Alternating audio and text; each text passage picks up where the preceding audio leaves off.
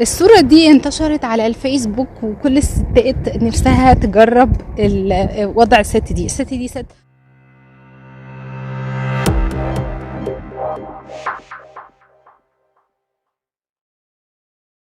الصورة دي انتشرت على الفيسبوك وكل الستات نفسها تجرب وضع الست دي. ست هنزل لكم الصورة دي لست عاملة عملية شفط دهون، وهي بعد الجراحة حاطة حزام، وباين جدا على النحت اللي حصل في جسمها.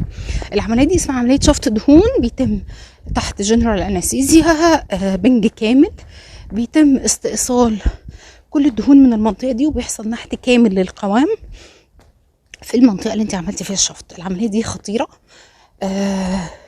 ليها مميزات جبارة وعيوب جبارة برضو.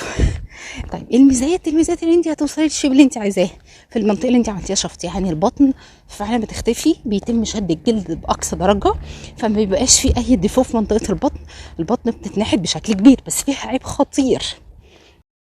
طيب ايه العيب بقى؟ بصي يا ستي، دلوقتي هو داخل العملية عمل تقريبا موت لمعظم مخازن الدهون في المنطقة دي. طيب انا هاكل مش هتمرن، دهون المستقبلية هتروح فين؟ هتبدأ تتكون في مناطق تانية ومخازن دهون تانية، ما هتروح فين؟ فهتبدأ ليكي تتكون مخازن دهون وخلايا دهنية في أماكن غريبة في الجسم. يعني أنا الحالة اللي شفتها عملت بعد عملية الشفط بدأت تدخن فين؟ في سمانة رجليها. حد تاني بدأت تزيد عنده منطقة الدراعين، حد يزيد عنده منطقة دهون الظهر، حد يزيد عنده منطقة الدبل تشن، اللغد. فاللي بيحصل ان الدهون لازم تلاقي لها مصرف تاني تتخلص منه. فلو انت هتعملي عملية شفط تبقي فاهمة من داي 1 اليوم الاول ان انت حضرتك هتبقي بايتة في الجيم، بايتة في التمارين، لايف ستايل هيتغير تماما لو انت عايزة تحافظي على الشيب ده.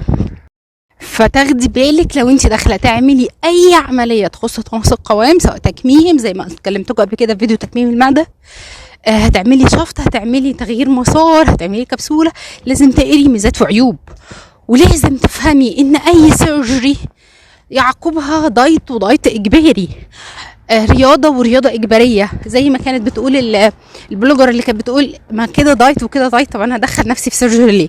لو انت مش قلقانه من قصه زي كده جو اون، بس لازم زي ما بقول لك تقري ايه الحاجات اللي هتحصلك بعد العمليه عشان ما تتخضيش، ولازم تاخدي بالك من نظامك الاكل والفيتامينز، المكملات والميه والرياضه من دي 1، عشان انا ما اعملش نحت للقوام او ما اعملش شفط للدهون في منطقه البطن وابدا ابقى جسمي مش مريحني في مناطق تانية. ما انا مش هفضل داخله طالعه على العمليات برضو.